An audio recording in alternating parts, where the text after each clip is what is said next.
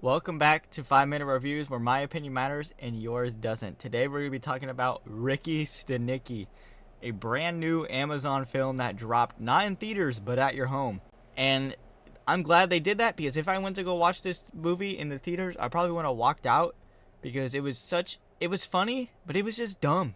The whole writing part of just like making a fake friend up and hiring this random drunk guy in Atlanta to be your fake person who does this extraordinary things, like give charity work, do charity stuff, do all this stuff, save everyone, like be a hero, and he's not real.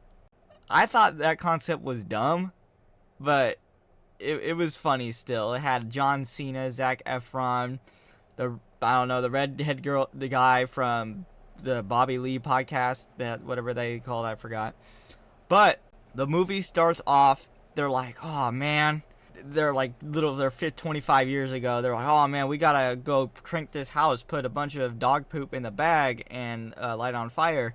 And it turns out that nobody's home, so they just commit arson and set the whole house on fire. And they're like, oh no, we need to make up something so we don't get caught. So they're okay, first name Ricky, and then they're like, screw it, put Stanicky. And then they would just like go with that name for 25 years, using that name to get out of like consequences. And they're like, oh yeah, Ricky Stanicky did it again, that bad rascal, he did it again.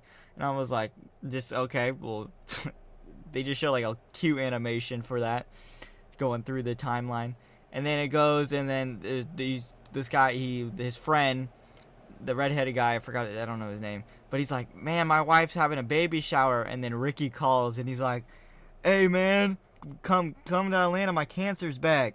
I need you guys to support with me.